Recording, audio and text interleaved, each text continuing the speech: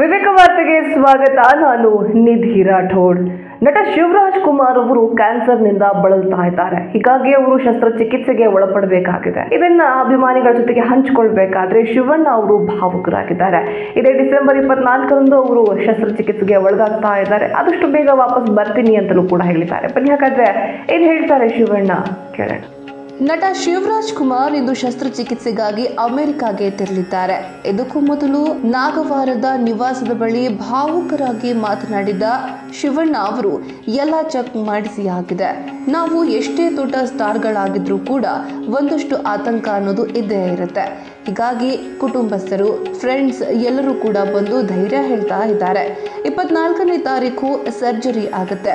ಅಷ್ಟು ದಿನಗಳ ತನಕ ದೂರ ಇರೋದ್ರಿಂದ ಒಂದಷ್ಟು ಆತಂಕ ಇದ್ದೇ ಇದೆ. ಇದೇ 25ಕ್ಕೆ ಫ್ಲೈಟ್ ಹತ್ತಿ 26ಕ್ಕೆ ನಾನು ಇಲ್ಲಿಗೆ ವಾಪಸ್ ಬರ್ತೀನಿ ಎಂದಿದ್ದಾರೆ. ಇದೇ ರೀತಿ ಮತ್ತಷ್ಟು ಅಪ್ಡೇಟ್ಸ್ಗಳಿಗಾಗಿ ನೋಡ್ತಾ ಇರಿ ವಿವೇಕ ವಾರ್ತೆ.